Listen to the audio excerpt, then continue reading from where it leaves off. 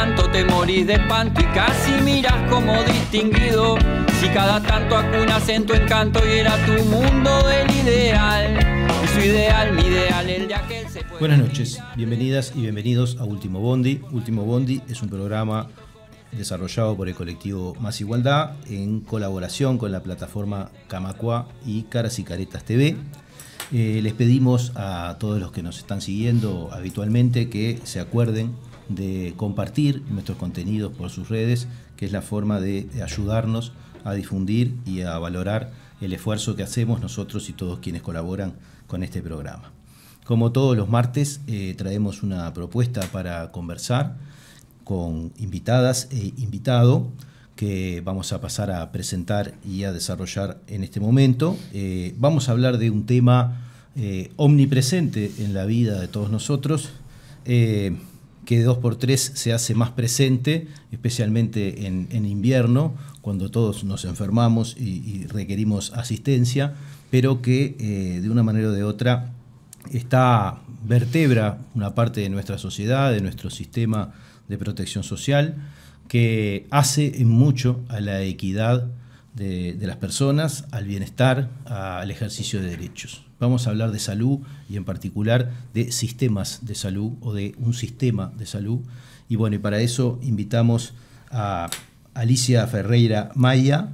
Alicia es médica, especialista en administración de servicios de salud y salud pública. Tiene una maestría en políticas y gestión de salud por la Universidad de Bolonia, Italia. Fue directora del Sanatorio del Casmu, gerente general de ACE y directora general del Fondo Nacional de Recursos. Actualmente es docente en el posgrado de Gestión de Servicios de Salud de la Facultad de Ciencias Económicas y de Administración y en la maestría del CLAE y en otros centros universitarios en el exterior. Además, es asistente técnica de la diputada Cristina Lustenberg por el Frente Amplio.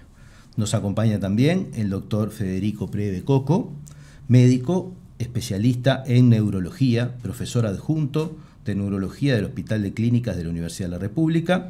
Fue integrante de la directiva del Sindicato Médico del Uruguay, de la directiva de la Sociedad de Neurología del Uruguay y ex senador de la República. También nos acompaña la licenciada en enfermería Virginia Garófalo.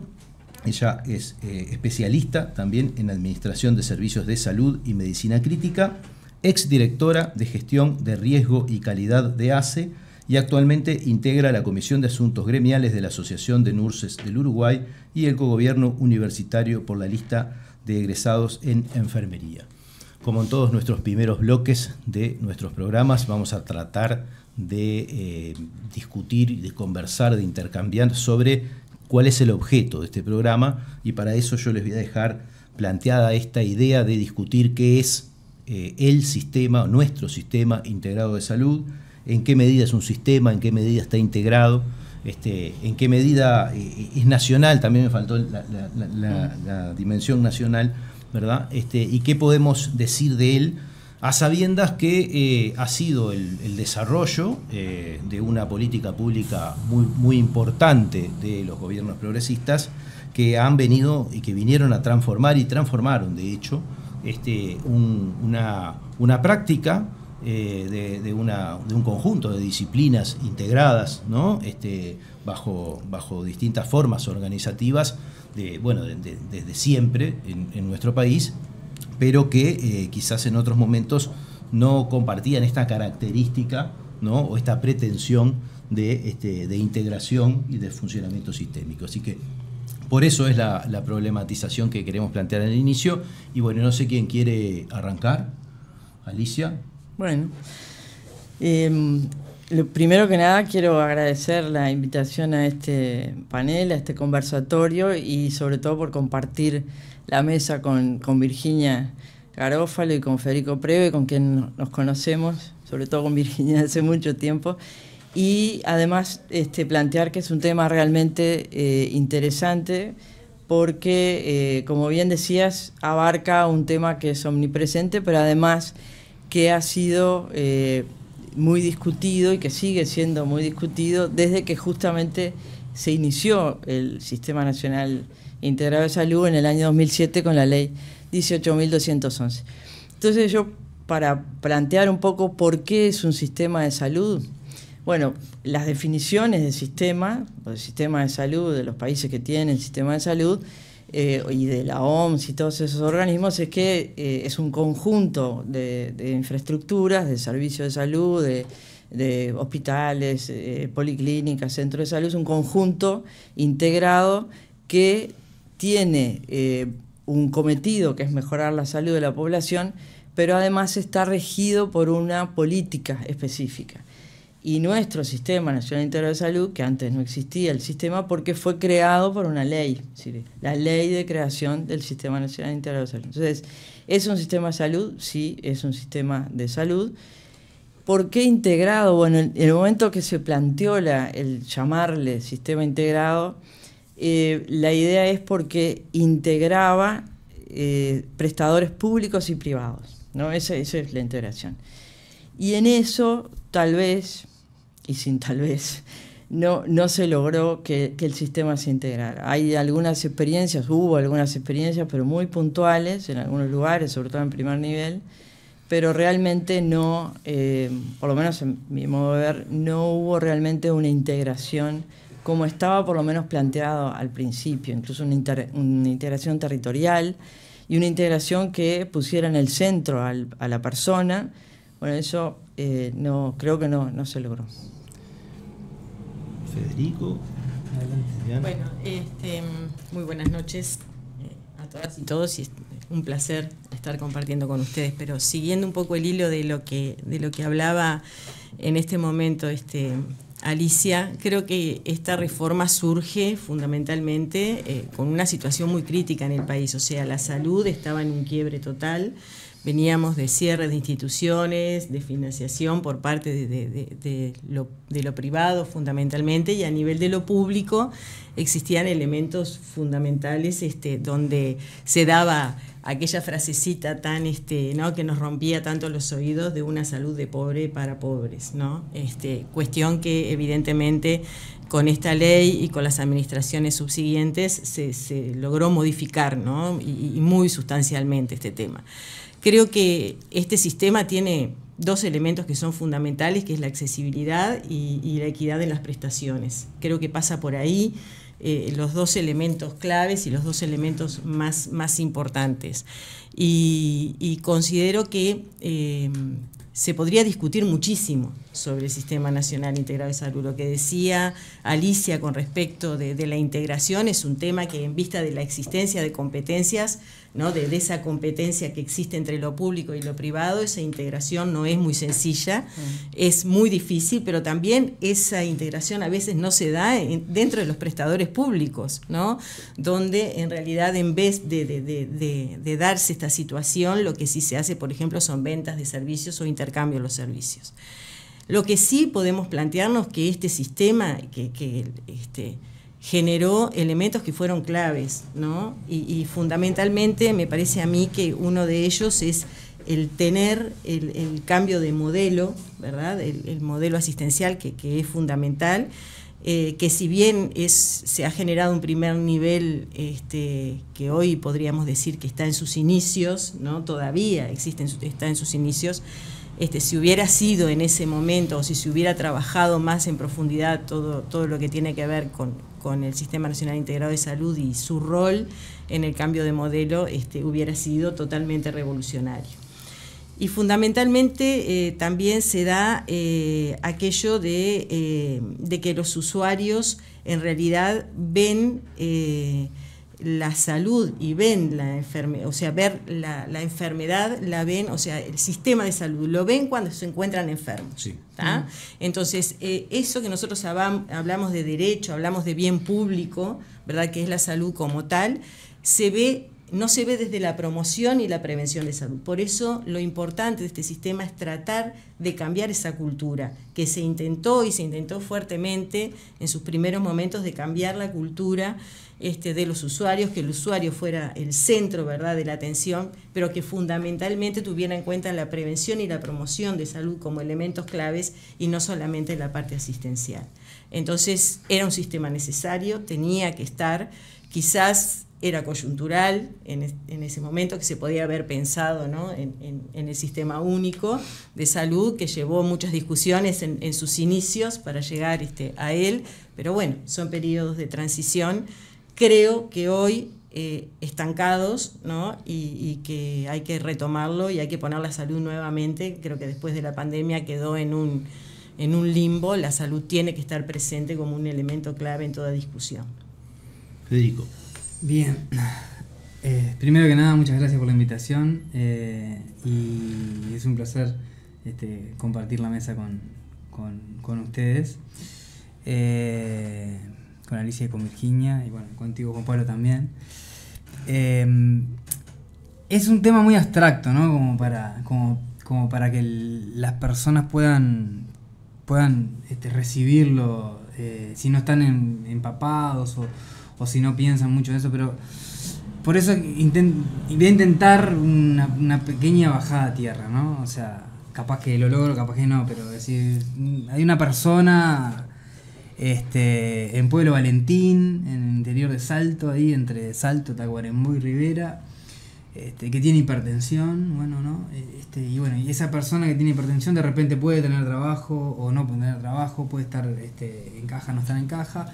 Y como una cosa que dijiste importante, el sistema de protección social, ¿no?, en este caso para la salud, llega al territorio, a ese lugar del interior rural para esta persona. O una persona, un jubilado que está en Rocha, un estudiante que está en Montevideo.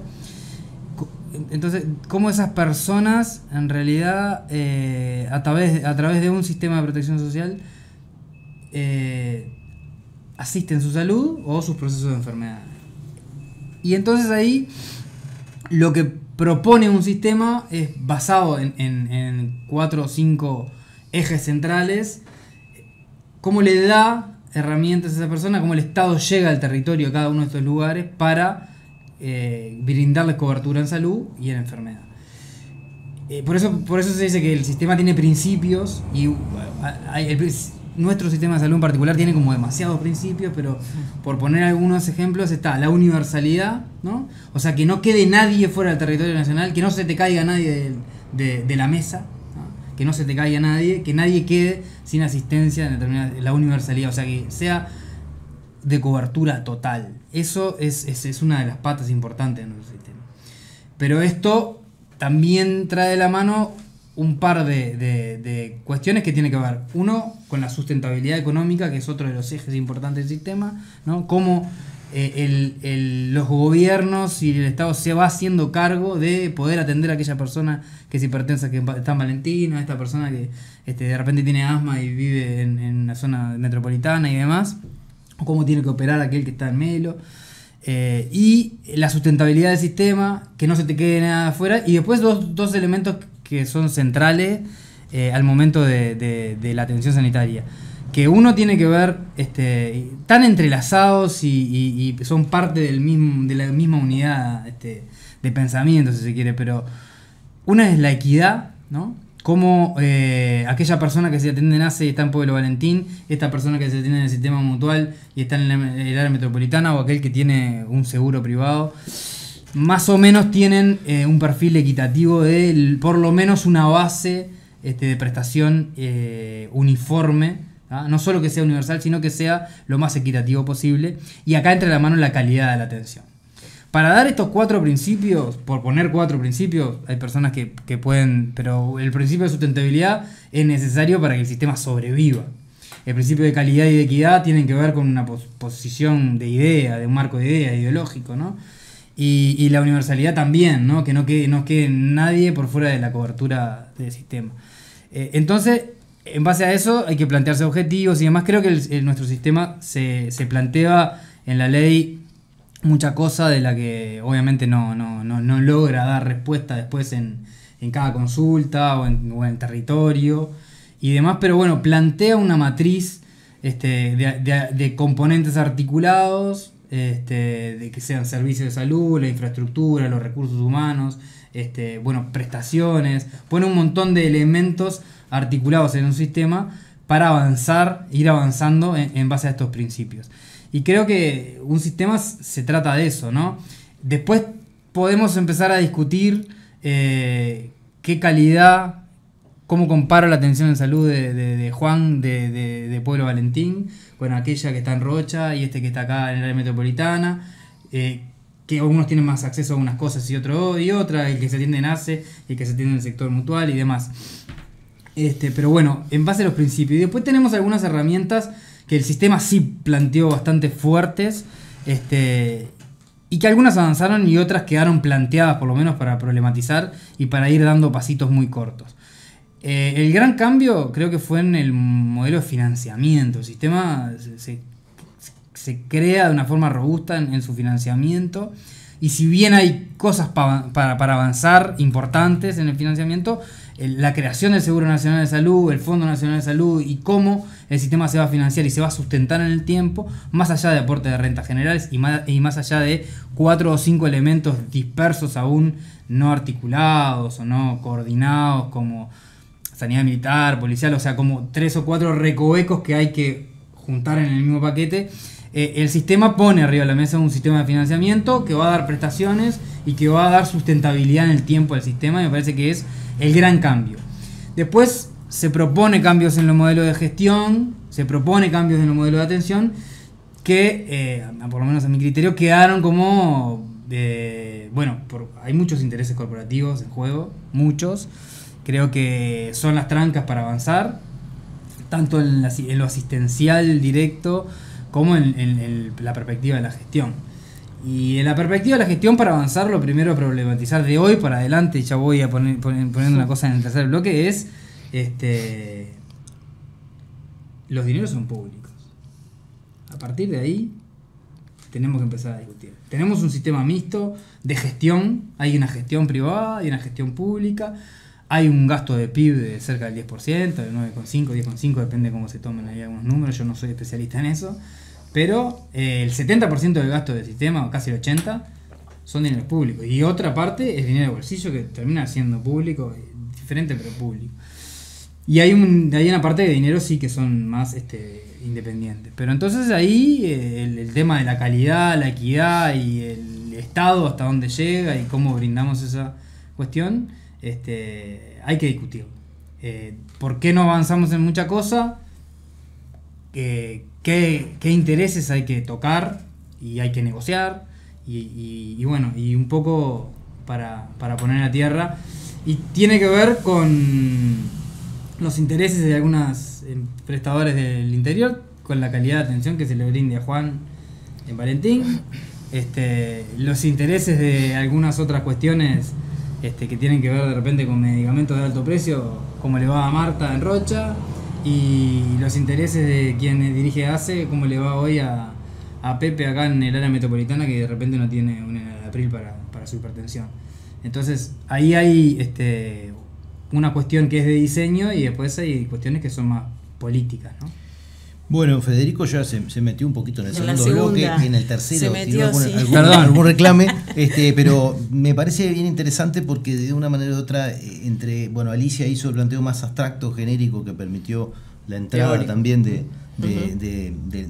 las opiniones de Virginia y de Federico, para ir bajando un poquito a tierra entre todos esto que es muy abstracto, como decía Federico, y también, como decías vos, la gente se acuerda de la salud cuando está en el medio de la enfermedad. Por eso uno a veces se preguntea si, claro, las instituciones son instituciones de salud o de enfermedad, ¿no? Y ahí entran un montón de cosas que tienen que ver con qué cosas se priorizan y qué cosas no se priorizan, porque en realidad no responde directamente a una demanda, ¿no? Nadie está demandando salud cuando tiene salud.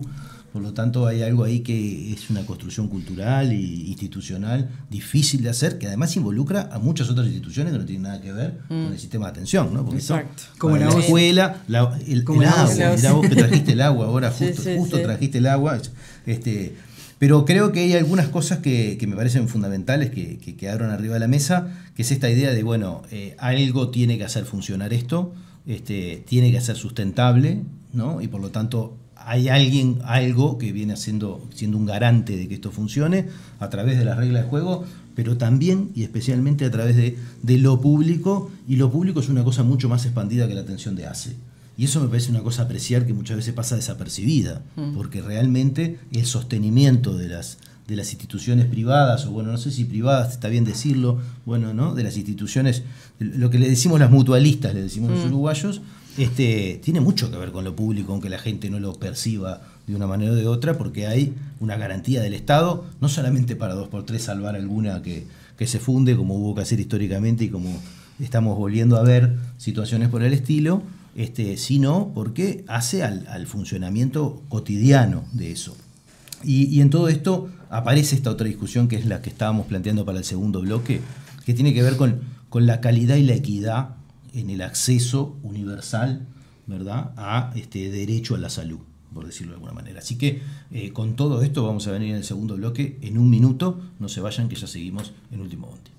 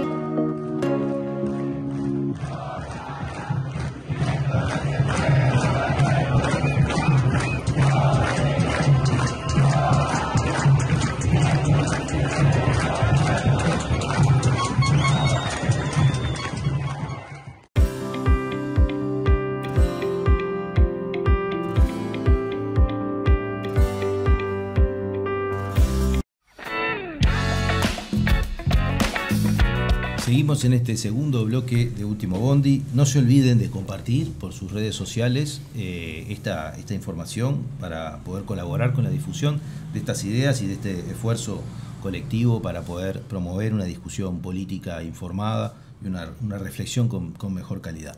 Estuvimos tratando de agarrar qué es un sistema integrado de salud, bastante difícil, pero se hizo el esfuerzo y quedaron planteados algunos temas que tienen que ver con los pilares de ese sistema, con los principios, ¿verdad? Estamos hablando de sustentabilidad, de calidad, de equidad en el acceso, de accesibilidad o universalidad, como puede ser la pretensión de ese asunto, del papel de lo público en garantizar que exista todo esto, no solamente a través de la atención en lo público, y ahora corresponde la pregunta de cómo avanzar en esta tensión entre equidad, calidad y universalidad, ¿verdad? Porque está claro que ¿no? El que mucho abarca poco aprieta, dice el dicho, pero bueno, en esto hay mínimos que no se pueden no apretar, por decirlo de alguna manera. Hay cosas que hay que sí o sí lograr y es deseable que sea con cierta equidad en la calidad, y creo que acá hay una discusión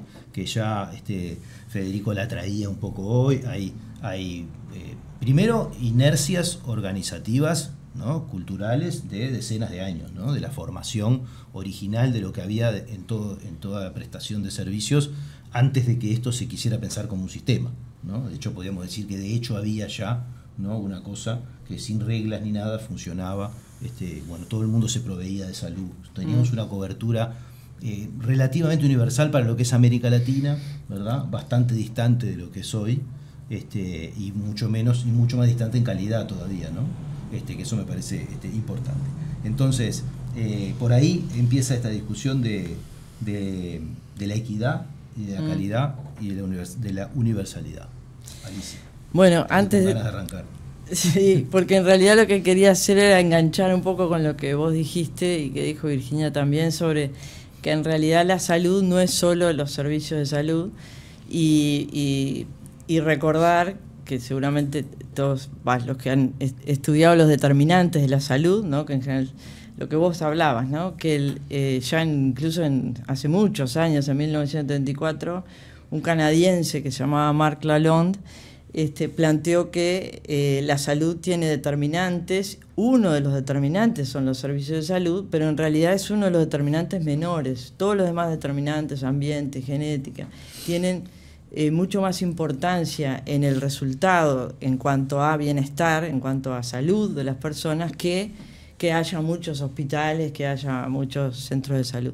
De hecho, además, también recordar que, por ejemplo, a modo de ejemplo, que es clarísimo, en Uruguay, ya hace muchísimos años, era un problema enorme las diarreas infantiles. La mortalidad infantil en Uruguay era alta por varias enfermedades, pero sobre todo la diarrea. Bueno, cuando se empezó a extender el saneamiento, que uno dice no tiene nada que ver con los servicios de salud, se redujeron muchísimo las diarreas por el saneamiento. Cuando se potabilizó el agua, si hablamos de agua, también mejoró todos los problemas de salud, sobre todo de los niños, ¿no? Pero también del resto de las personas. O sea que nuestro sistema, volviendo, es un sistema de servicios de salud, pero nunca nos tenemos que olvidar, y sobre todo cuando hablamos de financiamiento, justamente, que en realidad muchas veces el retorno de la inversión en salud es mayor, no tanto si se invierte en tener centros de cuidado intensivo, resonadores y toda la tecnología de los aparatos, sino en mejorar las condiciones del medio ambiente, las condiciones en general, sobre todo de vida general, y además con ese paradigma que ahora está bastante de moda de una sola salud, ¿no? Salud del ambiente, salud de los animales, salud humana, están totalmente integrados. Pero yendo al tema de lo que vos hablabas, también de vuelta con un ejemplo teórico, pero que es bien importante desde el punto de vista del modelo de universalidad en salud. Yo quiero traer a colación el modelo que plantea la OMS, que es como un cubo, es un dibujo. OMS es la Organización Mundial de la Salud. La Organización Mundial de Salud, que es un cubo, ¿no? Entonces dice, la cobertura universal de salud se logra si el cubo se llena en una dimensión, la población, es decir, que cubre a toda la población, en otra dimensión el financiamiento, que lo que quiere decir en realidad es que las personas no gasten, es decir, no tengan problemas económicos por tratar de mejorar su salud. No es tanto el modelo de financiamiento, sino que las personas no tengan... En el momento que precisás atenderte no tengas que hacer un gasto que no puedes costear. Exacto, que no tengas que hipotecar tu casa, como ocurre en Estados Unidos, sí, claro. Por ejemplo, si tenés, por ejemplo, un cáncer que tenés que hacer un tratamiento costoso, bueno, que no tengas que quedarte fundido por la falta de dinero. Y la tercera dimensión son las prestaciones. ¿Sí? Si el país, el sistema de salud tiene todas las prestaciones que se requieren para mejorar la salud. Entonces, en nuestro país, ¿en cómo estamos ahí? Como bien dijiste, en realidad la población, y como contaba Federico con los ejemplos en los distintos lugares, todas esas personas en Valentines, acá en el área metropolitana, en Rocha, en realidad tienen servicios de salud, están cubiertos, tienen una cobertura, ya sea público o privado. Acá en realidad todo el mundo, toda la población tiene cobertura de salud. Con respecto a las prestaciones y al tema financiero, que además se unen, ahí estamos en una situación que incluso está empeorando cada vez más. En los últimos años ha empeorado mucho. ¿Por qué digo esto? Porque nuestro Sistema Nacional Integrado de Salud que tiene varias leyes, la del Seguro Nacional de Salud, la descentralización de la Administración de Servicios de Salud del Estado, de ACE, es decir, varias normativas que permiten cumplir con los principios, como decía Federico, los principios de nuestro sistema. El Plan Integral de Atención a la Salud, que su sigla es el PIAS, que incluye el formulario terapéutico de medicamentos, es lo que se llaman en los teóricos de sistemas nacionales de salud, de cobertura universal de salud, es lo que se llama el plan de beneficios. Nuevamente, la Organización Mundial de la Salud y todos los teóricos de sistema de salud dicen que es absolutamente fundamental para que exista una salud con equidad, con calidad, con sostenibilidad y sobre todo universal, que el país tenga un plan de beneficios. Nosotros es el PIAS, se llama el PIAS. Hay distintos tipos de planes de beneficios, ¿no? Por ejemplo, en Chile son los planes de beneficios cubren enfermedades, entonces cubren, por ejemplo, la diabetes. Eso viene a ser el tipo de cobertura que vos tenés frente a los riesgos de salud. Ahí está, son tipos de qué cosas no, por qué cosas te cubre y qué cosas no, exactamente. Entonces, para que sea más claro para todo el mundo, nuestro PIAS lo que tiene es una primera parte que dice que todo el mundo tiene derecho, o los prestadores integrales de salud tienen la obligación de darte primer nivel de atención, segundo nivel de atención, hospitalización, atención domiciliaria, es decir, todos los niveles de atención.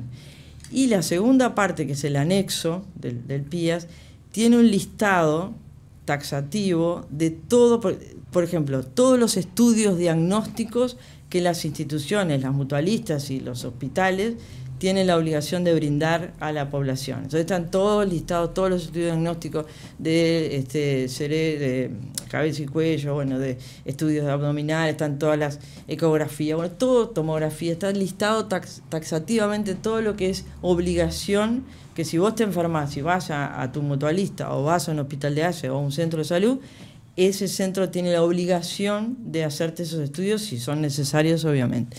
Después tiene todo un listado de estudios de laboratorio, listado de todos los estudios posibles. Después tiene todo un listado de intervenciones quirúrgicas. Entonces dice, intervenciones quirúrgicas abdominales, vasculares, todo el listado taxativo también de qué cirugías o qué intervenciones, endoscopía, no sé qué, tenés. Y después está el listado de medicamentos con sus indicaciones. Entonces ahí dice, tal medicamento para tales patologías, tal medicamento. Ese plan, ese PIAS nuestro, tiene señalado cuáles son las prestaciones que se financian a través de los prestadores integrales, o sea, mutualistas y ACE, y el Sanidad Militar y Sanidad Policial, que son y los seguros privados. Es decir, nosotros tenemos, nuestro Sistema Nacional de Salud tiene prestadores que son integrales y que te brindan todo desde que nacés hasta que te morís, que son las llamadas mutualistas, en realidad son las IAM, que Instituciones de Asistencia Médica Colectiva, porque mutualistas en realidad hay pocas, está el español, el círculo, pero las demás son IAM, todas son IAM en realidad. Y después están los seguros privados, ¿no? los británicos, MVP, todos ellos. Después está ACE y Sanidad Militar y Sanidad Policial. Esos son los servicios que brindan atención integral. Entonces, esos servicios de atención integral tienen la obligación de brindarte esa cantidad de listado. Y después están señalados con un paréntesis o en un anexo aparte aquellas prestaciones y medicamentos que se financian a través del Fondo Nacional de Recursos, que es un fondo paralelo. A veces la gente se confunde, piensa que los IMAE son en fin, pero nuestro sistema es complejo. Porque en definitiva nuestro Sistema Nacional de Salud quedó financiado por el FONASA, como decía Federico, y por el Fondo Nacional de Recursos. El FONASA le paga, digamos, a los prestadores del Seguro Nacional de Salud por una cuota salud. Después está también rentas generales, que financia Sanidad Militar, Sanidad Policial y una parte de ACE. Y después está el Fondo Nacional de Recursos, que básicamente se financia de recursos del Estado, es decir, es un fondo público, universal, que se encarga de financiar todo lo que las mutualistas y ACE no financian. Entonces, ahí uno diría, pero tenemos dentro de toda esa dimensión prestaciones y el financiamiento, porque ¿qué pasa? todo lo que está en el PIAS y en el formulario terapéutico de medicamentos está regulado si hay que pagar un ticket o un copago, está regulado por el Ministerio de Economía y Finanzas. Entonces, las personas saben que si tienen que pagar un estudio de laboratorio, un estudio, lo que fuera, bueno, está regulado. Pero ¿qué está pasando? Hace unos 5 años, un poquito más tal vez, o sea que no es solo de esta administración, que no se incorpora ni una sola prestación al PIAS a través de los prestadores integrales, ni una. No se incorporó ni un solo medicamento. En realidad en la última administración del Frente se incorporaron 2 medicamentos, pero después no se incorporó más nada. Lo único que se ha incorporado para que la población tenga acceso son prestaciones a través del Fondo Nacional de Recursos, algunos medicamentos de alto precio y algunos procedimientos. Nada más. Entonces, ¿qué está pasando? Y esto tiene que ver con la equidad justamente y con las posibilidades. La gente que se tiene que hacer, yo qué sé, una artroscopía, una histeroscopía, una intervención quirúrgica por la laparoscopía, ¿no? Que son mucha cosa ahora se hace, ¿no? Neuroendoscopía se hace, es decir, se hacen muchos procedimientos. Nada de eso está en el PIAS. Lo único que está en el PIAS es la extracción de la vesícula biliar, que se llama colestectomía laparoscópica. Lo demás no está.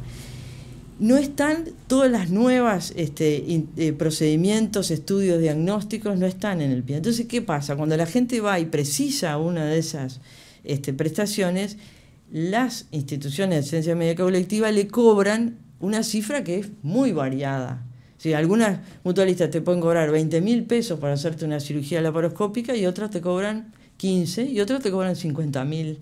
Entonces, ¿cuál es el tema ahí? Bueno, entonces la dimensión de financiamiento no está, estamos en realidad un poco retrocediendo, porque avanza la medicina y nosotros, el sistema de salud, no avanza en la misma medida.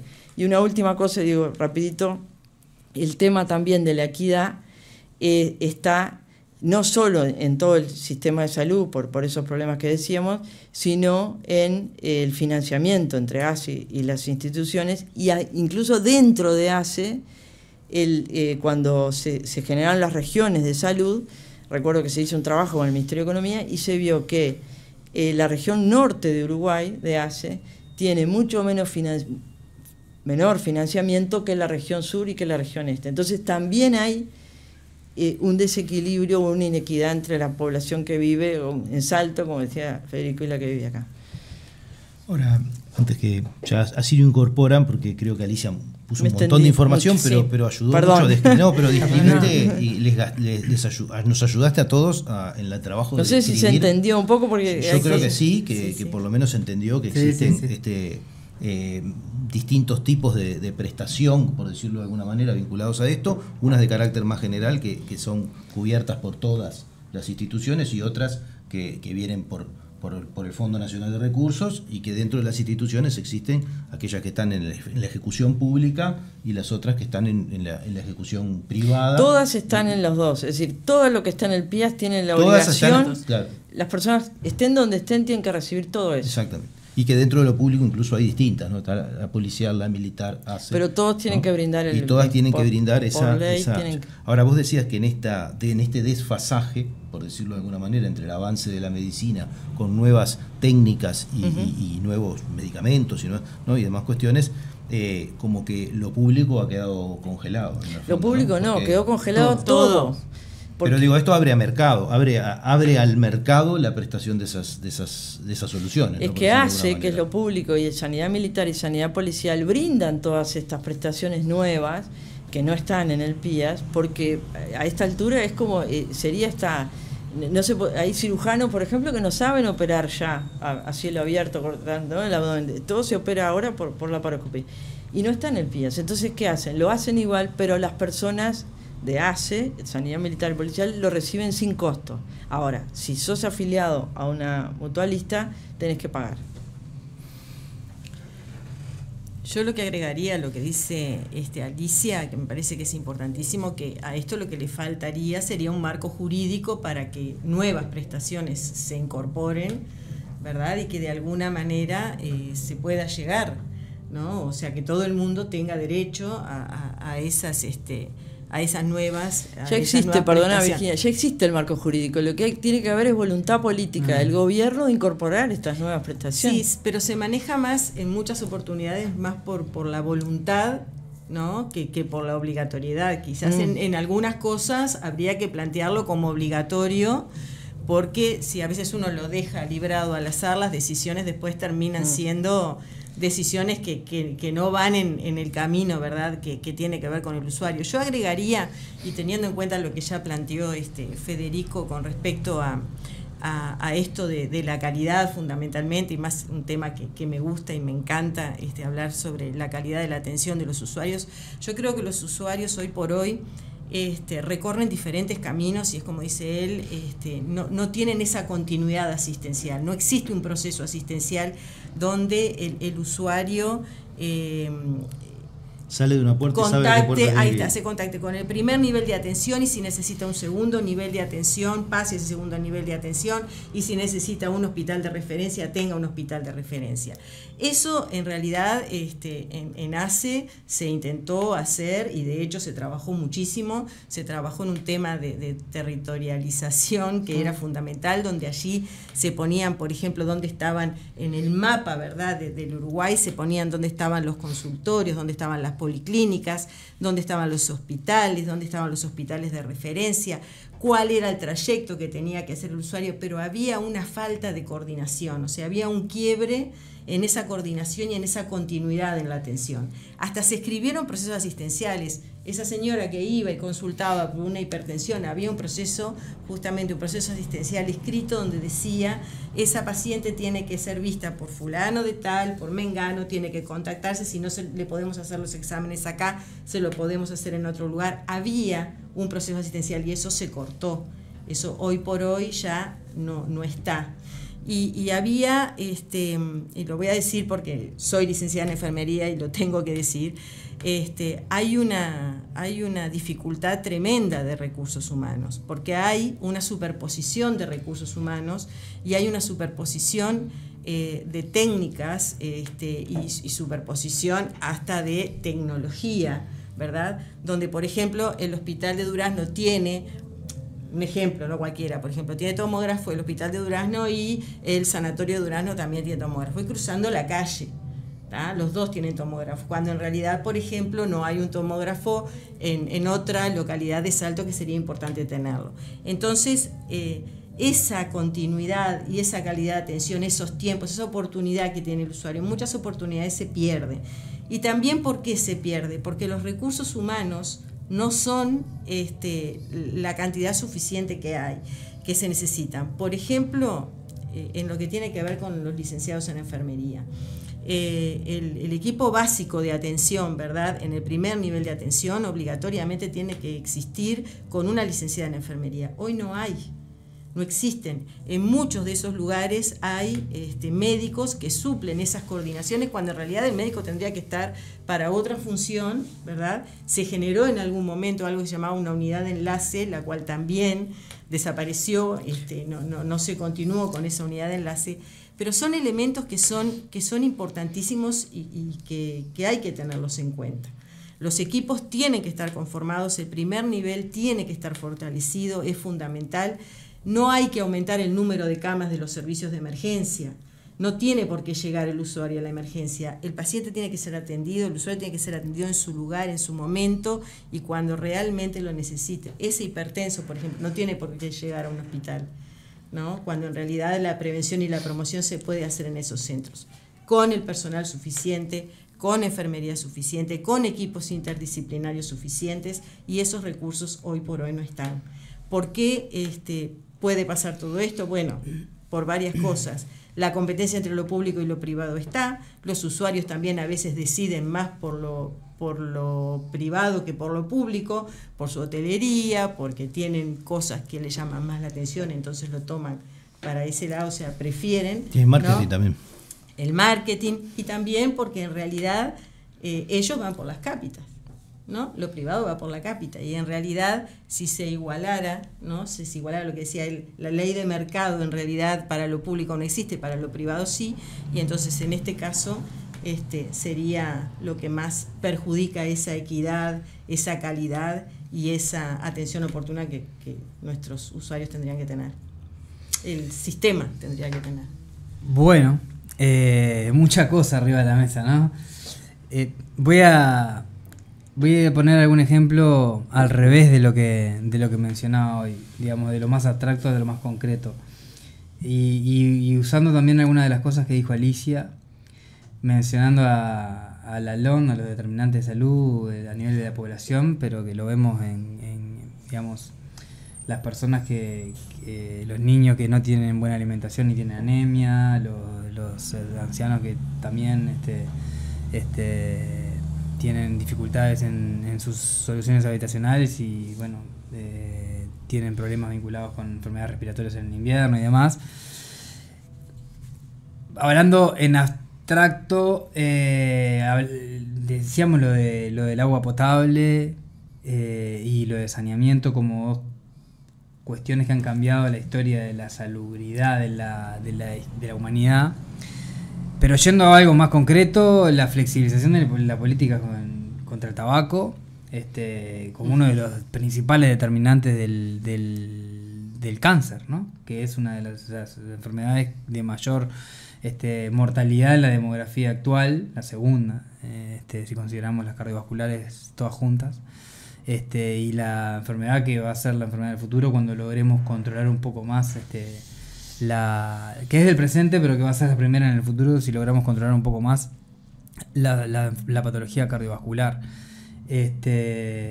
Y la patología cardiovascular que tiene que ver con la alimentación, la flexibilización de las políticas de alimentación. Entonces vemos que la política pública en salud, particularmente el Ministerio de Salud Pública, tiene injerencia a nivel de la población en general, en la prevención primaria, o sea, la prevención antes de que sucedan cosas, y en la promoción de la salud antes que llegue la enfermedad. Tiene toda esa área, ¿no? También en el cuidar la salud, pero el cuidar la salud en una crisis hídrica y el hacer caso en algunas cosas, algunas opiniones técnicas sobre la potabilización del agua y demás, yendo específicamente al tema del agua potable o el agua bebible, y bueno, sabiendo que un tercio de tu población tiene hipertensión, yo no doy crédito cada vez que me acuerdo de la comparación con chorizo, embutidos y cosas del agua potable, porque el agua, se supone que nosotros en Uruguay consumíamos agua y era salud. Ahora consumís agua y tenés que ver si es salud, si ya pasás la línea de la enfermedad o de la potencial enfermedad.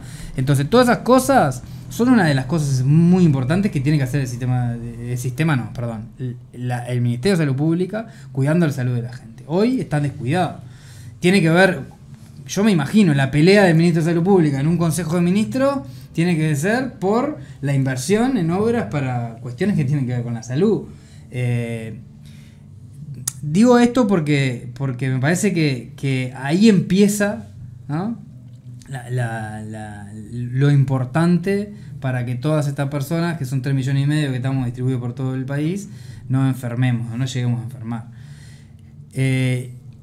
Y después de eso, otra pata que tiene el Ministerio de Salud Pública es, bueno, cuando la gente precisa la asistencia, ¿no?, que la asistencia sea correcta, de calidad y con equidad. Y ahí lo que tiene que hacer es dirigir un sistema de salud. La dirección del sistema de salud debería estar, hoy por ley más o menos está en la Junta Nacional de Salud, donde hay que integrar a ACE, por ejemplo, ¿no? Nosotros venimos de una distribución por cápitas del sistema de salud en el mutualismo que no es equitativa con respecto a ACE, pero que en el proceso de 12 años, casi 13 años, equiparó, por ejemplo, más allá de la multiplicación en términos de corrientes del valor, equiparó el gasto por persona de un 30% de una persona que se atendía en salud para pobres a casi un 80% de lo que se gasta en el sistema mutual. Entonces ahí tenés un proceso de por lo menos ir igualando lo que gasta por persona en su sistema público del sistema de gestión privada. Yo ahí quería hacerles otra pregunta. Pero déjame terminar el concepto, dale. Y ahora, sí. Porque entonces en la dirección de esa junta, la JUNASA, ¿no?, famosa JUNASA que tenemos los prestadores, el BPS, que es quien de alguna forma administra parte del FONASA o lo administra así, el Ministerio de Economía, el Ministerio de Salud Pública, los usuarios, que dicho sea de paso hace 3 años que no están, los trabajadores, y me estoy olvidando de algún actor. ACE no está, ahora está invitado, pero debería estar, porque debería estar todo el sistema ahí y regido, y ahí es donde se deben controlar que se exija el PIAS, que se actualice el PIAS, y ahí entran como tentáculos, ¿no? de ese organismo que debería regir y dirigir el sistema. Y ya me voy adelantando, porque para dirigir el sistema lo que precisas primero es información, ¿no?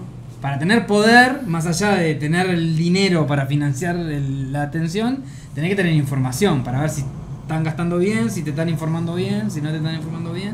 Y eso es una de las patas que hoy tenemos tenemos mala información, por lo menos del sistema de las instituciones colectivas hacia el ministerio, y ahí hay que ahondar un poco. Después, para incorporar todo lo que son tecnologías sanitarias en general, que pueden ser desde medicamentos hasta intervenciones o hasta estudios o lo que sea, precisás evaluar si eso es, en términos generales para la población y para todos, es costo efectivo, o sea, si sirve como una política general para todo el mundo, ¿no? Y ahí entra en la evaluación de las tecnologías sanitarias. Precisamos algo que no es una telequia que se encargue de eso, que bueno, hay votadas 2 agencias, creo ya. Una. Hay una ahora, pero creo que había una agencia técnica que evalúe, que proponga, ¿no? Que le proponga al decisor político si mira, esta tecnología te sirve para solucionar todos estos problemas de salud, o para hacer este diagnóstico, te conviene incorporarla al PIAS o no, te conviene incorporarla al FTM, te conviene hacer un centro de referencia, lo que sea. Y bueno, y ahí entra también en el entramado todo lo que son los niveles asistenciales, en qué se gasta bien, en qué se gasta mal, de la eficiencia. Pero bueno, creo que la rectoría del sistema precisa aún más, más allá de que haya, yo comparto que hay marco jurídico como para actualizar el PIAS, el FTM, hay como un marco adecuado, pero aún se precisa dar otro salto de calidad en un marco jurídico para exigir algunas cosas de complementación y no duplicación de recursos. También falta mucha voluntad política para de alguna forma negociar con algunos sectores corporativos la no duplicación de esfuerzos financieros en el sistema, la integración de todo lo que es ese sector público en una red única, o bueno, digamos, el diseño se podrá negociar incluso, pero no puede ser que haya un financiamiento de ACE que es a través de FONASA y otra parte que es de rentas generales. Entonces cuando yo tengo una crisis o cuando tengo un gobierno que viene con una idea de recorte fiscal, pimba, se me cae un 4% de eso, y quién se jode. Si me aumentan 13% los usuarios de ACE, se me cae un 4% de presupuesto, es obvio que estoy gastando menos por usuario en ACE que antes. Entonces eso no protege, digamos, a los usuarios de ACE de que, de acuerdo a la voluntad o al diseño político de cada gobierno, la equidad no se ampute un poco, ¿no? Entonces, para volver a eso, y si se amputa la equidad y si se gasta menos, es obvio que la calidad de atención que estás brindando es distinta. Yendo al recurso humano, ahí precisamos también incorporar a la academia, a la universidad, a las universidades, y hay un tema que es de falta de recursos humanos y otro tema de distribución de recursos humanos a nivel territorial.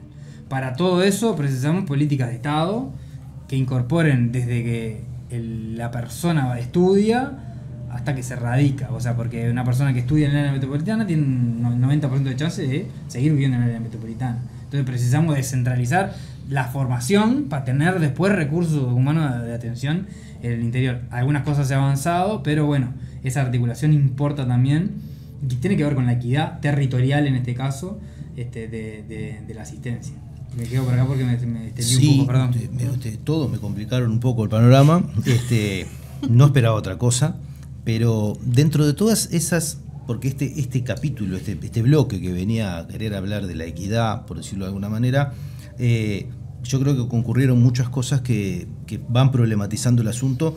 A mí me queda esta idea de que, por decirlo de alguna manera en bruto, la inversión por habitante en ACE es más chica que la inversión en las mutualistas, ¿no? Voy a hablar en el lenguaje común, ¿no? Y que, por otro lado, sospecho por todas estas otras discusiones de qué es la salud, que no necesariamente es qué es la enfermedad, sino qué es la salud, que también hay una composición de esa población que está en ACE, que podría incluso requerir más cuidado o mejor atención o más ayuda en el tránsito asistencial, ¿verdad? Desde poder construir la demanda, ¿no?, de lo que precisa hasta algunas intervenciones tempranas, más cantidad de intervenciones tempranas por problemas vinculados a la cuestión social que compone esto, porque si bien en el interior del país es distinto que en Montevideo, y que en el área metropolitana, es verdad que la población más pobre se atiende en ACE.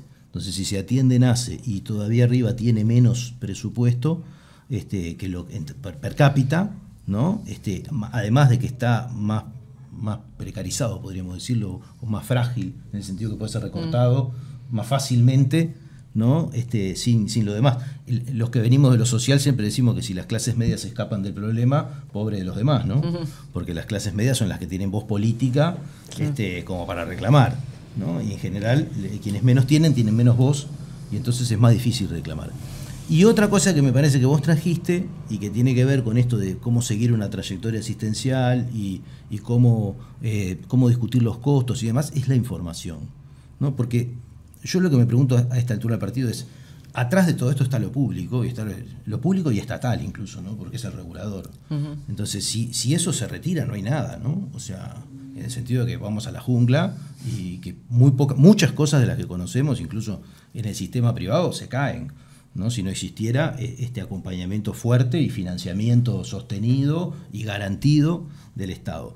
¿No tiene el Estado la capacidad de, a partir de ese papel que cumple, ¿no?, de poder conseguir esa información necesaria como para poder arreglar alguna de estas cosas? O sea, sé que esto es para el bloque que viene porque ya no fuimos, pero me parece un temón el decir, bueno, si yo te estoy garantizando el 70% de tu funcionamiento, vos me tenés que dar los datos para que yo sepa lo que estás haciendo, ¿no? Y cómo lograr hacer eso, porque ahí creo que se puede entender incluso mejor estos mecanismos corporativos o económicos o superposiciones, porque yo pienso en todo eso y pienso que se podrían cruzar datos de una cosa y de la otra y decir, sí, existe tal superposición en tal lugar y tal cosa se debería hacer de otra manera y acá sobra y acá falta. Se los dejo para el tercer bloque de Último Bondi. Nos vemos en un minuto.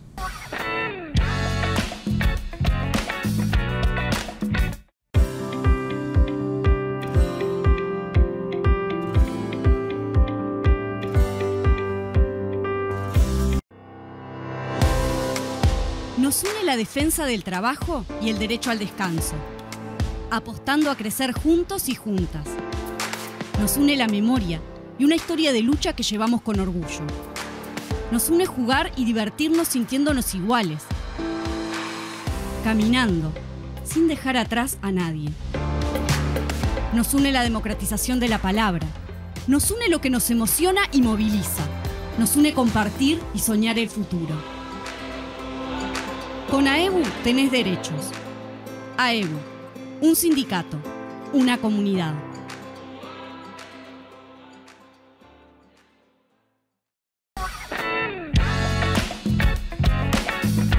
Seguimos en este tercer bloque de Último Bondi. Estamos hablando de salud y de sistemas de salud. Estuvimos paseando en el primer bloque un poco por la definición. En el segundo bloque le hincamos el diente a un montón de cosas, aunque quedan un montón por conversar. Y yo les dejaba planteada un poco en función de los problemas que se diagnosticaron entre todos, en qué medida esto, con el componente de público que tiene, que no necesariamente es la atención de ACE, sino este otro elemento del Estado como garante del funcionamiento del fondo del suministro de recursos para el funcionamiento, en qué medida la información podía jugar un papel en el futuro que nos permitiera tener un poco más de consistencia en estas propuestas de avanzar hacia una equidad con calidad y universalidad en un sistema muy complejo de administrar, no solamente por todas sus partes, sino también por la convivencia de lo público y lo privado, que es una de las características, que no sé si es una peculiaridad del Uruguay, pero bueno, por lo menos tiene sus dificultades y bueno, y plantea algunos reparos para una transformación inmediata, por lo menos. Sí, yo quiero empezar diciendo y lo decía Federico hoy, que Uruguay, en términos de gasto en salud, el último dato de las cuentas nacionales en salud dio que Uruguay gasta un 10,5% del PBI en salud. Entonces, una de las cosas que vos en algún momento planteaste es si Uruguay gasta mucho, gasta poco, gasta menos que los países desarrollados. En realidad, por ejemplo, si tomamos el promedio de los países de la OCDE, de la Organización Mundial de Comercio, ellos gastan un 8,8% del PBI en salud, del Producto Bruto Interno.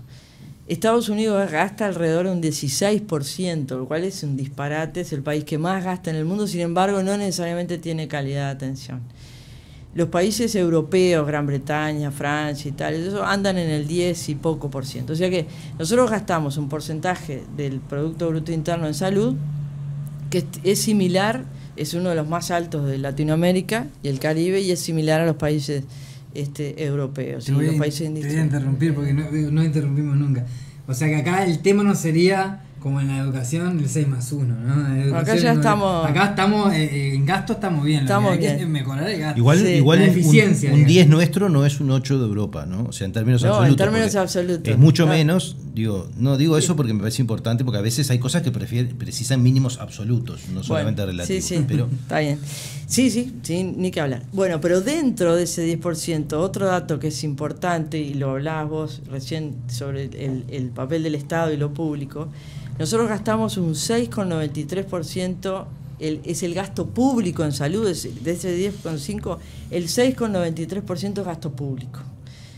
Nuevamente la OMS y los organismos internacionales, sobre todo la OMS, dice que un país debería gastar más del 6% como gasto público para tener un sistema con equidad, un sistema universal de salud. O sea que nosotros ahí también estamos bien, y en ese sentido lo que vos decías es tal cual, es decir, nuestro sistema tiene financiamiento público y los prestadores de salud, las mutualistas, todo eso, reciben dineros públicos y tienen unos gestión privada y los otros gestión pública, ¿no? O sea que nosotros tenemos un sistema de financiamiento público, el Fondo Nacional de Recursos de Financiamiento Público, y los demás son financiamiento público por renta general. Entonces, el tema ahí es, y otro dato, que también otro porcentaje que es importante, es que, y que también lo recomienda la OMS, es que un país no debería tener más de un 20% de gasto de bolsillo. Es decir, eso que gasta la gente en ir a la farmacia, ¿qué quiere decir gasto de bolsillo? Es lo que la gente gasta de su propio bolsillo, es gasto de la familia, que es ir a la farmacia a comprarse un medicamento, pagar una de estas prestaciones que no está en el PIE, hacer una cirugía que no está en el PIE, es decir, todo lo que compra la gente de su bolsillo y de lo que tiene en el hogar en salud. Bueno, eso es gasto de bolsillo. Y lo que está establecido es que recomendado es que no debería superar el 20%. Nosotros tenemos un 16% de gasto de bolsillo. O sea que ahí también estamos bastante bien. Vino bajando, cada vez tenemos menos. Ojo que estas cuentas nacionales lo que hicieron fue estudiar 2018-2019, o sea que en realidad todavía no tenemos los datos de estos últimos años, así que vamos a ver. Ahora bien, en términos de sistema de información para mejorar la eficiencia y la calidad, yo separaría dos tipos de información que el Estado o que la Junta Nacional de Salud o el Ministerio de Salud Pública como ente rector debería tener. Una es lo que vos hablabas de cuántos tomógrafos hay, toda esa información de organización e infraestructura está. Por ejemplo, nosotros ya sabemos que hay más de 100.000 personas que tienen doble, triple, cuádruple y algunos poquitos quíntuple cobertura en Uruguay. ¿Qué quiere decir eso? Que, fíjense, todos los militares, familia militar, policía, familia policial, están cubiertos por sanidad militar y sanidad policial. Sin embargo, ¿cuántos de esos trabajan en el ámbito privado y por lo tanto están en FONASA? Una cantidad, casi 100.000. Y después están los otros. O sea que el país, con su dinero público, está gastando, por un lado, en el pago del FONASA de esa persona, porque le corresponde FONASA, y por otro lado está gastando en la cobertura de esa persona en el militar o en el policial. Ahí ya tenemos una cosa que se podría reducir. Habría que evitar esas dobles o triples, cuádruples. Ahora, se podría reducir en el marco que uno garantizara que la atención va a ser igual en cualquier lado. Debería ser, sí, por normativa jurídica tiene que ser igual. Podría obligarlo a elegir. Podría decirle pero sí, sería más fácil. No, sería lo ideal lo que tú comentaste, pero no necesariamente. Hoy no tenemos la misma atención en un claro. sector. Deberíamos tener la misma. No, está bien. Claro. Yo te digo, el deber ser es ese, pero hoy no existe. a una persona que tenga la doble cobertura, bueno, elegí dónde te querés atender. Exacto. Pero más allá de dónde se atiende, el problema es que el Estado está gastando doble en esa persona. Por eso. Entonces, esa es una de las cosas. Lo otro es lo que vos decías también, la red de efectores públicos de salud, sigla RIEPS, que se creó en uno de los gobiernos del Frente Amplio, funcionó un tiempo, son todos, por ejemplo, el BPS, el Banco de Seguro del Estado, el Hospital de Clínica, Sanidad Militar, Sanidad Policial, es decir, hay una cantidad de organismos públicos que están duplicando muchas de las atenciones y no se ha hecho justamente que eso sea más eficiente. Habría que empezar por ahí. Después la RIEPS en el último gobierno del Frente desapareció.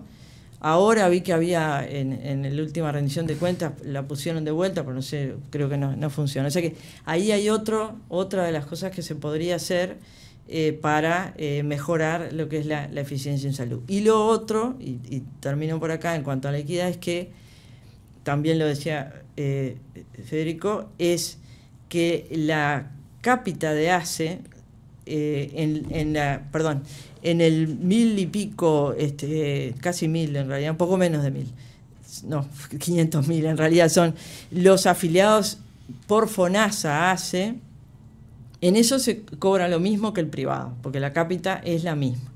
Pero en cerca de los 800.000 que están con carnet gratuito, se llama, es decir, que no son personas que están en el Seguro Nacional de Salud, la cuota promedio anda en los 70% más o menos de la cuota promedio de las IAM. Entonces, ¿qué habría que hacer con eso? Ahí hay una enorme equidad.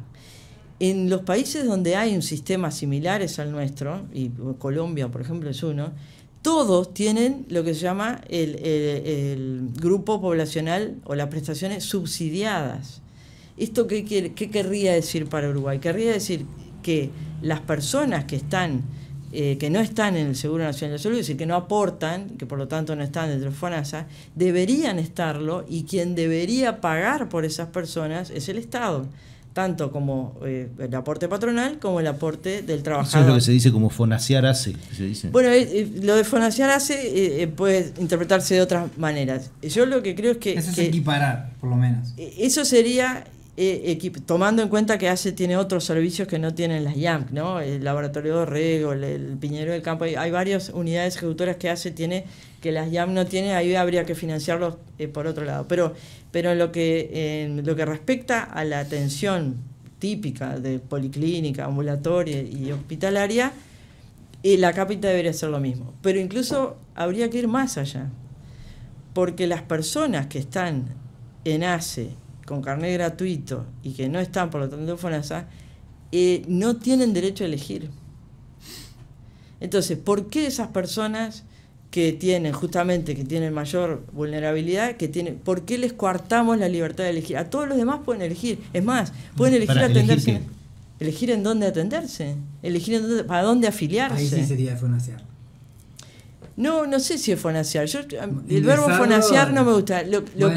Lo que me parece importante es que si nosotros queremos que toda la población, vos hoy decías, habría que elegir ese que tiene doble cobertura dónde atenderse. Bueno, todas las personas deberían tener el mismo derecho a elegir en dónde se quieren atender, a elegir a dónde se quieren afiliar. Ahora eso no te lleva a plantear de que, por ejemplo, hay que eliminar el copago. Bueno, el tema de los copagos es complejo en el sentido si están regulados hoy los copagos, que están regulados porque hay muchas personas que naturalmente no pueden atenderse en ningún lugar que haya que pagar. Son conceptos distintos. Sí. Uno puede ingresar todo al mismo fondo de financiamiento y que después el usuario elija, sí, como lo que está proponiendo Alicia, Y otra cosa es que uno puedan tener copagos o no. Uno tiende a pensar que la persona se va a ir para el que no tiene copagos. Pero es lo mismo, necesariamente. pero es lo mismo que la persona que elige, por ejemplo, que hay instituciones de asistencia médica colectiva que no tienen copagos para tal, o la persona puede ir ahí. O las personas que no tienen la posibilidad. También pensemos que si queremos un país más equitativo, deberíamos también mejorar las retribuciones de las personas, mejorar el trabajo.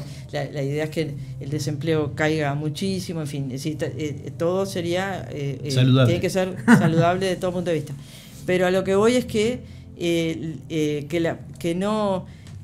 por lo menos lo que yo veo es que la falta de equidad también es que haya personas que necesariamente se tienen que atender en ACE y no pueden atenderse si quisieran en otro lado. Ahora, eso obviamente exige, y ahí está lo segundo de la información, y con esto sí termino, un buen sistema de información, que las personas sepan qué tipo de asistencia, cuántos médicos, qué tipo de lugares atienden, cuántos son los copagos, cuántos son, que las personas se disminuya al mínimo lo que se llama la simetría de información, que es que las personas no saben y entonces confían en el otro, como no entienden mucho qué les pasa o dónde pueden elegir o qué pueden hacer, de repente no toman las mejores decisiones. Pero si nosotros permitimos que las personas tomen las mejores decisiones por la mejor información, eso se podría hacer. Y además, la información para poder tener la rectoría, es decir, que la rectoría, la Junta Nacional de Salud, el Ministerio, controle muy bien a todos los prestadores, al público y a los privados, debería haber un sistema de información integrado, que no puede ser el sistema que hay hoy, donde las mutualistas y ACE también registran los datos. Ellos mismos, es decir, no sale de la historia clínica electrónica, por ejemplo, no sale de los sistemas informáticos de ellos, sino que las personas, hay un centro de SINAD y en todos los prestadores que ingresa esos datos. Por supuesto que eso exige que haya controles para ver si esos datos son reales. Bueno, esos controles hoy no se hacen. No, creo que Alicia hizo un resumen muy, muy claro de hacia dónde deberíamos ir. Yo le quiero agregar un pequeño comentario. ¿No sería deseable que en el sistema integrado de salud yo me atendiera en el lugar más cercano de mi casa que tenga para atenderme, sea de quien sea y lo haga quien sea, y que todo eso después se regule como transacciones entre unos y otros? Eso sería lo que tiene que ver con la complementariedad. Eso puede ser una buena imagen de futuro, por decirlo de alguna manera. De hecho, la ley de urgencias y emergencias, por ejemplo, que se generó durante la última administración del Frente Amplio, esa ley de urgencias y emergencias claramente te dice que tú te podés atender, y ahí es así, está regulada, justamente que te puedas atender en cualquier urgencia y emergencia y que te tienen que dar la atención que corresponde. Antes era solamente una miradita y te llamaban y te decían, bueno, vaya a su prestador, pero no, ahora hay una atención y hay un intercambio de pagos entre las instituciones. Yo creo que lo que tiene que ver acá es un poco lo que hablábamos hoy, que capaz que no se entendió, pero este tema de que hablábamos del proceso asistencial y de que hablábamos de estar, de que cada lugar, ¿verdad?, de ese primer nivel que todavía no tenemos, ¿no?, fortalecido, que consideramos que todavía es incipiente, te permita a ti, frente a una situación, un problema de salud o lo que sea, atenderte en el lugar que estás y con quien tú quieras. Ese sería lo más lo mejor más y lo más deseable para todo el mundo, ¿no? Porque justamente tú tenés un problema de salud y querés que se te resuelva, como también otras cosas, ¿no?, que tengan que ver con la prevención y la promoción. Quizás era un poco lo que hablábamos hoy, ¿no?, que es aquella discusión que se daba a nivel gremial y que se daba mucho a nivel político también, el sistema único, ¿no? No un sistema nacional integrado de salud, sino un sistema único de salud, ¿no? ¿Qué sería estatal, todo público? Donde dependa fundamentalmente del Estado, ¿no? Y que, bueno, hoy depende y que así, del Estado. Claro, pero en realidad con la desaparición de las figuras, ¿no?, de la parte privada, que también ahí entraríamos en una podría discusión. ser ACE también una empresa pública. Perdón. No, sí. Hay un tema que creo que estaba planteado en las preguntas que nos habían mandado, que es competencia complementariedad. Sí. Ahí partimos de una premisa, ¿no? De un sistema integrado, un sistema mixto. Yo creo que la imagen objetivo es ir hacia un sistema lo más complementado posible que resuelva de forma razonable en diversos niveles asistenciales, donde facilite y esté centrado en la persona, en el usuario. Sea en Rivera, el que esté en Rivera, o el que está en el cerro, y el que está en el obelisco, en el obelisco. Para ir hacia ahí tenemos algunas cosas, precisamos otros engranajes. Yo creo que se precisa un segundo proceso de reformas para meter algún engranaje más en lo que tiene que ver con complementación, en complementación de servicios. Esto que mencionaba es una punta, lo del sistema de urgencia y emergencia es como una punta arancelaria ahí entre diversos efectores con la primera asistencia. Se queda corto, a mi criterio, por lo menos, capaz que no en la ley o en los artículos de la rendición de cuentas, sino que se queda corto en la implementación. Y que a veces esas cosas llevan tiempo hacerlas, ¿no? También, cultura, conocimiento, información y cultura. cultura. Pero además no dio el tiempo. Hay un montón de cosas de complementación que precisan un marco parecido, ¿no? Para que el ACE no deje de ser un inyector de plata a los privados en todo el interior del país y en el área metropolitana también, ¿no? Pues no es solo en el interior, nosotros decimos por prestación por pago de servicios. Por pago de cosas. Bueno, precisamos un marco arancelario que no es de complementación, pero sí que va a bajar a tierra un montón de reglas que hoy en realidad no están tan explícitas, bueno, depende de cada negociación. Eso es información también. La lógica. Bueno, sí, es información, pero también funciona ahí entre la competencia, y entre la competencia y la complementación, que gana siempre la competencia, que gana el privado, con fondos públicos. Entonces, bueno, está como si uno piensa en la política pública desde el bien público, el bien común, tiene que fortalecer lo público, y creo que ahí se precisa un marco para determinar complementaciones. ¿Cuáles son complementaciones esenciales en el primer nivel de atención? O sea, en las policlínicas descentralizadas territoriales. ¿Cuáles son las políticas de complementación en el segundo nivel de atención? Ya sea en las puertas de urgencia, emergencia, o en las internaciones de moderados, y en alguna cosa, y en algunas cosas, digo, me refiero a estudios y cosas. ¿Y cuáles son las complementaciones en el tercer nivel asistencial? En los CTI. Porque acá también hay, o sea, en todos los niveles asistenciales, generalmente inyección de más plata pública. A medida que eso sube es mucho más caro, ¿no? Bueno, sí, además, pero eso va a seguir sucediendo así porque... No, pero puede haber más intereses económicos tallando las relaciones. Desde las policlínicas rurales hasta el CTI de Sanatorio Galicia, ¿no? Entonces, se precisa por lo menos discutir si es necesario un marco legal para fortalecer el proceso de complementación por sobre el de competencia. Eso va en una lógica también de un sistema más equitativo y un sistema donde el marco de competencia se dé en otras cosas, no se dé necesariamente en cuestiones básicas asistenciales. Digo porque son ideológicamente distintos, ¿no? O sea, yo no digo de ir contra lo cultural, que es nuestro sistema, ¿no? Como viene, enraizado de diferentes prestadores actuales o instituciones previas, tienen toda una trayectoria histórica, pero bueno, también tenemos que hacer priorizar la calidad y la equidad. Y en eso creo que lo que decía Alicia para mí es central. Que la información que nos brinda la historia clínica nacional la pueda concentrar un organismo X o demás en un plan de calidad de atención.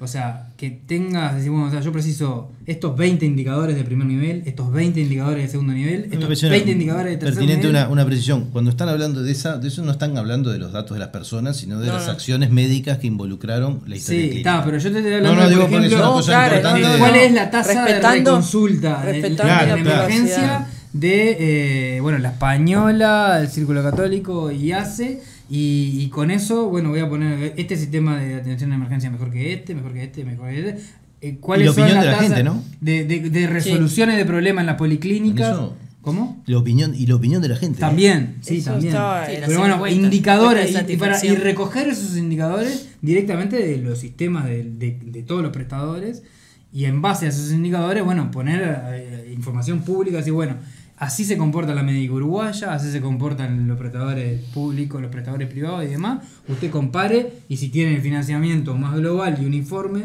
y elija en base a indicadores asistenciales.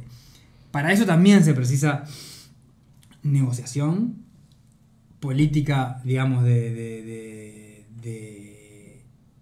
ir un paso más, digamos, son dineros públicos, bueno, un paso más en la información pública para poder gestionar el sistema mejor. Y no sé si no se precisa un marco normativo también.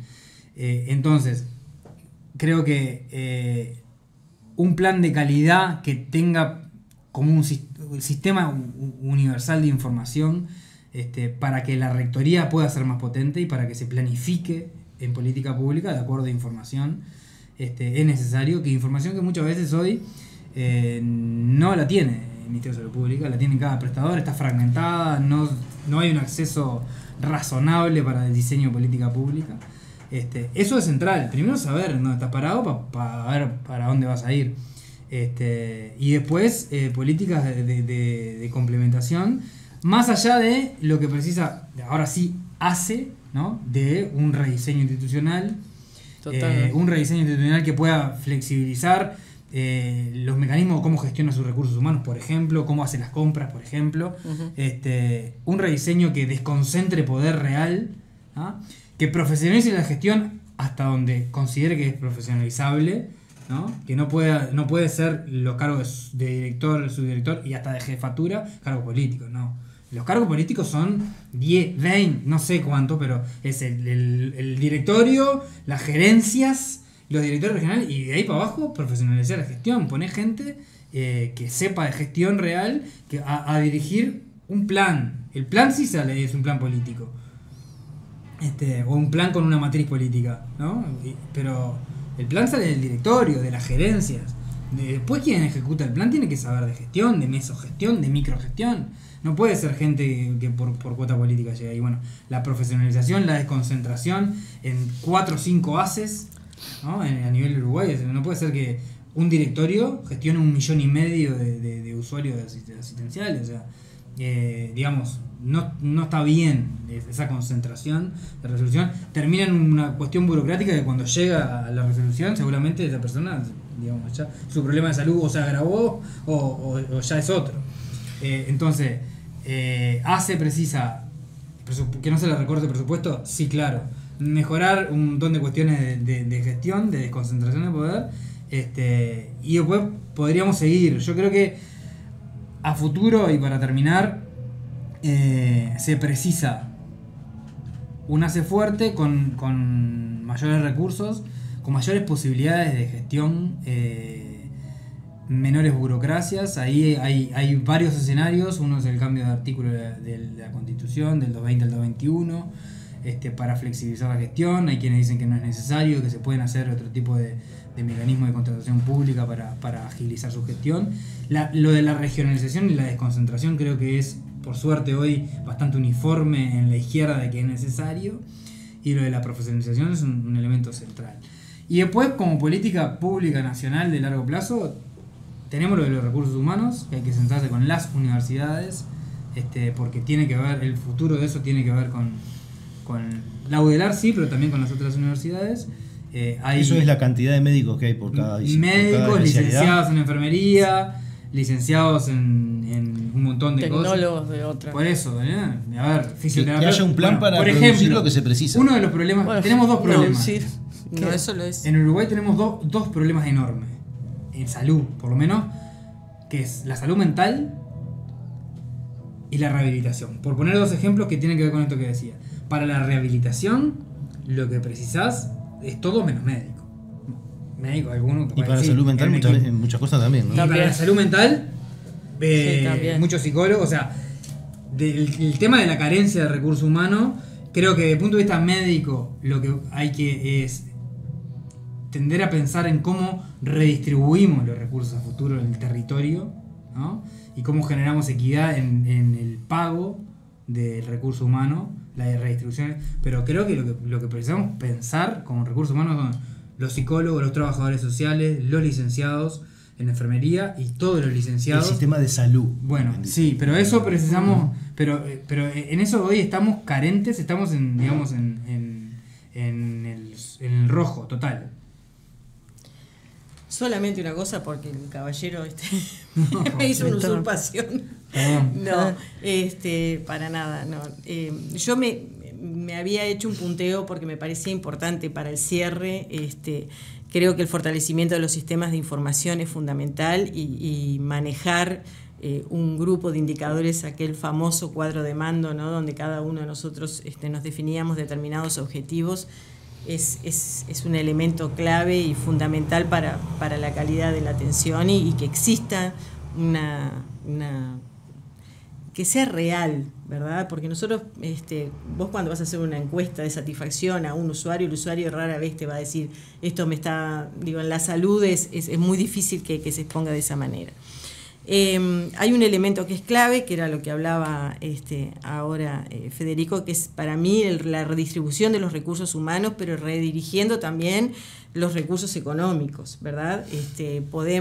Mantenemos... ¿Es solamente redistribución? Porque no hay escasez en algunas cosas. Por eso. Eso es...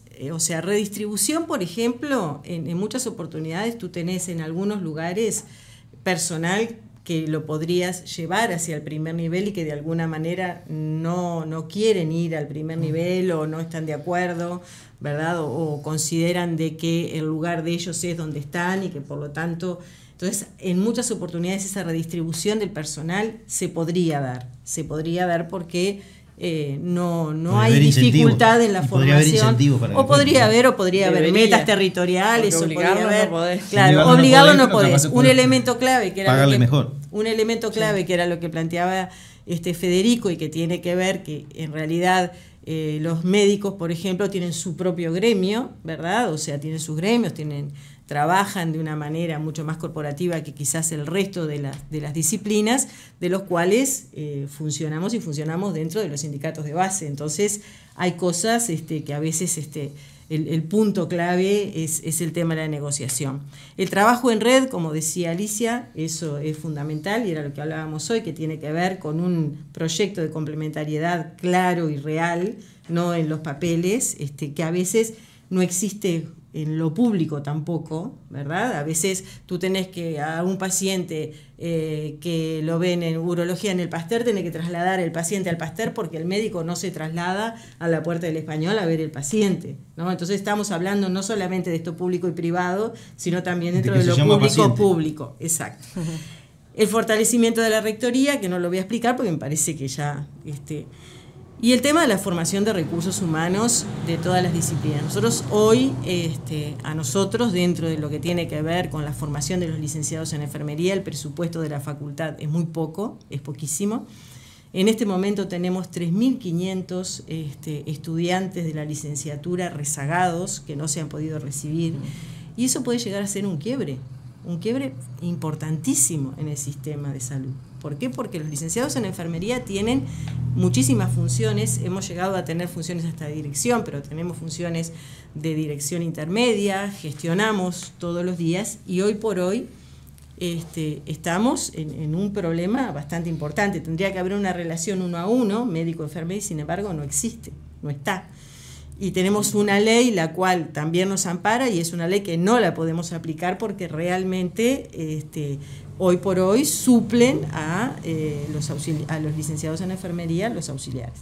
Por lo tanto, creo que el sistema de salud en muchas cosas está en un retroceso y considero que no dieron los tiempos como para un fortalecimiento del mismo, ¿no? Pero el tema de los recursos humanos, que a veces no se toma con seriedad y no se toma como elemento clave, es el que te puede hacer fracasar un sistema, ¿no? Antes que cierres, Alicia, una pregunta para vos o para cualquiera de ustedes. ¿Ustedes tienen la impresión, más allá de que el universo de las disciplinas y adentro de cada una ¿no? En el mundo de la salud es enorme, y en general existen en todos sus espacios grandes corporaciones, intereses, digo, esas cosas son naturales de los grandes colectivos, y es lógico, especialmente cuanto más fragmentado, más posibilidad que exista una mirada del mundo particular y no una general.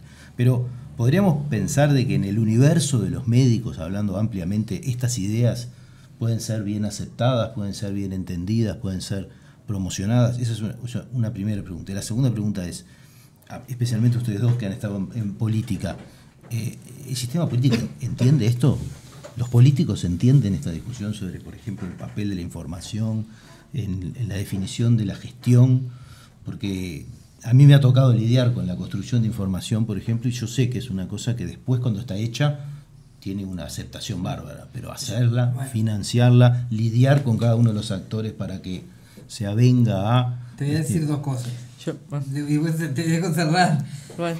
Hay políticos que hacen política de forma populista, y ahí lo que importa más es su idea y la idea que pueden extraer de un núcleo, y en base a eso llevan adelante su idea sin importar si eso es beneficioso en líneas generales para todo el resto dicen lo que la gente quiere escuchar. Por ejemplo, poner un CTI en cada departamento es una cuestión populista, porque hace a una fragmentación y a un gasto excesivo donde no podés poner todas las cuestiones. Pero como a la gente le da pero seguridad. Eso es populista. Entonces, eso es una mala práctica de gestión. Resabio de la pandemia. ¿Ah? Y luego, si no, aquellos que precisan información para ver si realmente se precisa un centro de referencia acá, si con un centro de referencia en alguna patología allá, y derivamos para allá y nosotros nos ocupamos de otras cosas, y complementás servicios, no solamente por tamaño, sino por yo tengo estos especialistas acá, vos tenés ahí.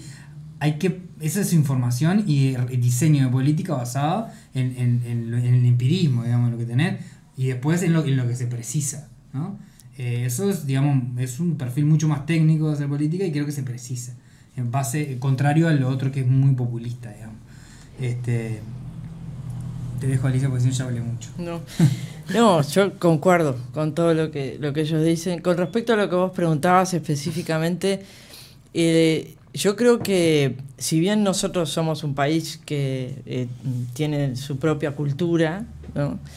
En el caso de los médicos, que también tenemos nuestra propia cultura, sin embargo, es increíble la similitud de cultura, de actitudes y de en general, como de estructura mental que tienen los médicos en todos los países del mundo, sobre todo en los países que tienen sistemas de salud, en cuanto a recibir las directivas determinadas y en cuanto a negociar, por ejemplo, sus propios salarios o sus ingresos.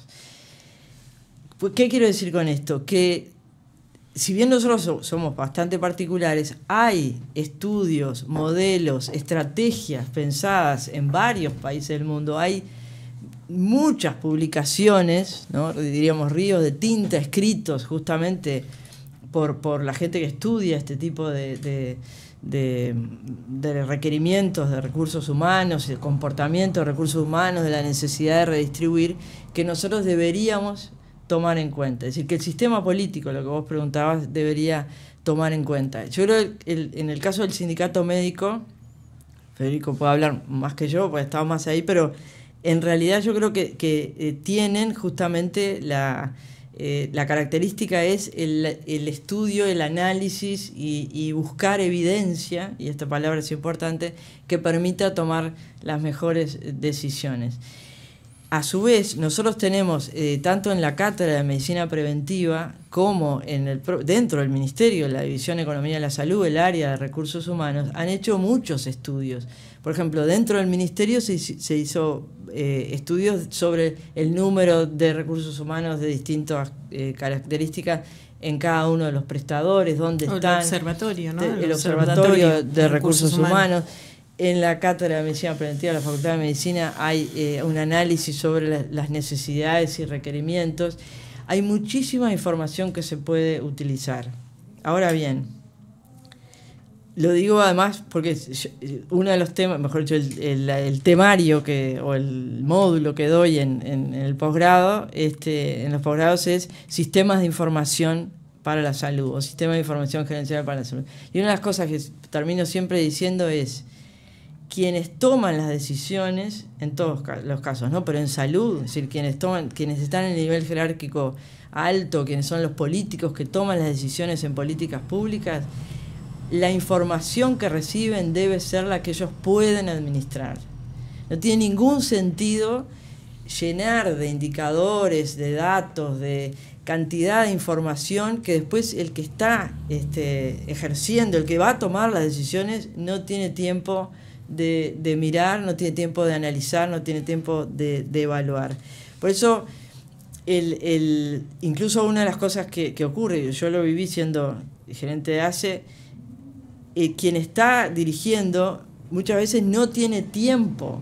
Si uno está apagando incendios permanentemente, entonces uno de los temas que hay que, con la profesionalización, que es lo que vos decías, justamente hay que tratar de entender que sin información de calidad, pero la poca información que se precisa, no se puede tomar decisiones. Entonces, nosotros tenemos, y acá termino, una falta en Uruguay, que en otros países existe, incluso en países de Latinoamérica, que son los institutos de salud pública. Institutos de salud pública, que son centros académicos o institutos que se encargan de estudiar, elaborar y diseñar aquella evidencia basada en salud pública. Así como existe la medicina basada en evidencia, que eso los médicos lo conocen bien y enfermería también, es decir, cuál es la evidencia de que tal medicamento es mejor para tratar tal enfermedad, y hay ensayos clínicos controlados y hay estudios de vida real, en fin. En salud pública también hay evidencia, hay mucha evidencia. Quienes generan esa evidencia son los institutos de salud pública. Por ejemplo, este programa de atención, esta medida de incentivo para que los médicos se radiquen en lugares remotos, ¿ha sido útil en otros países? ¿Ha tenido impacto? ¿Qué impacto ha tenido? ¿Qué han hecho? Todo eso es evidencia en salud pública. Yo levanté un centro y tengo que decir, el SUS. Yo igual mi pregunta era un poco más malvada y iba un poco a esta idea de cómo integrar privados y públicos y cómo tener exigibilidad, ¿no?, de la información que se quiera tener, ¿no? Eso ya, de vuelta, eso es lo que hay que hacer, ya está escrito, ya está la normativa, ya está todo escrito. Hay que crear todo escrito, un plan, un programa, el tema es controlarlo. Por eso preguntaba en qué medida hay que desde la política fiscalizar, se entendía que eso que estaba escrito tenía que ser. Pasó la pelota, no puede hacer el todo centro. escrito, perdón, todo escrito. El SUS en Brasil, yo no digo que es un modelo a seguir, pero quizás sí, fue disruptivo en algún momento cuando fue en muchas cosas, ¿no? El Sistema Universal de Salud, Sistema Único de Salud. Sistema Único de Salud. A cada médico y trabajador que se alejaba de centros poblados de metrópolis, iba al área rural, le iba incrementando el valor de su salario. Entonces mucha gente se recibía y se iba al nordeste, al Amazonas, a hacer 5, 8, 10 años de medicina, por un incentivo. Yo no digo que necesariamente tenga que ser, pero eso fue un incentivo que de alguna forma logró una dispersión territorial de recursos humanos. Fue un incentivo económico. Utilizaban en el SUS en el año, yo estaba en Brasil en el 2008, 2006 a 2010.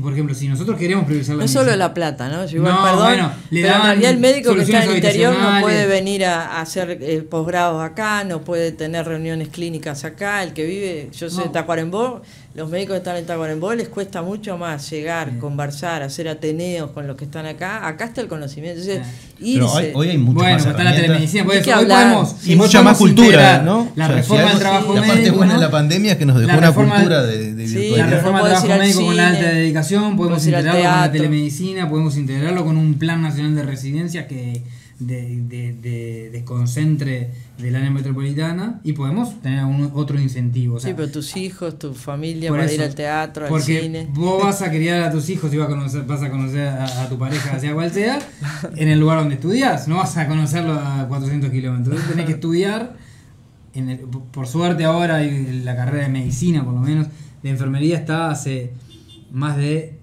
30 años y tengo algo que ver familiar, con punto de vista familiar allá en Salto. Pero digo, hay herramientas como para generar. Lo que pasa es que hay que tener la voluntad política. Bueno, se van a formar en el interior, tenés un incentivo económico para trabajar acá, podés trabajar con la alta dedicación. Si vas a la zona rural, de repente hay un incentivo mayor. Pero hay que... no hablamos de la alta dedicación, que es fundamental. Los dejo, los tengo que echar.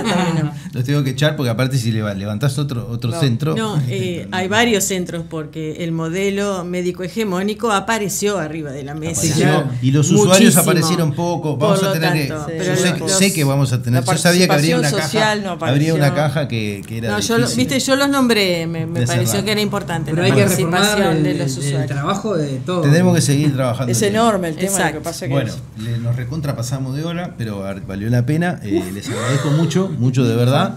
Y nosotros nos vemos el próximo martes en otra propuesta de Último Bondi. Buenas noches.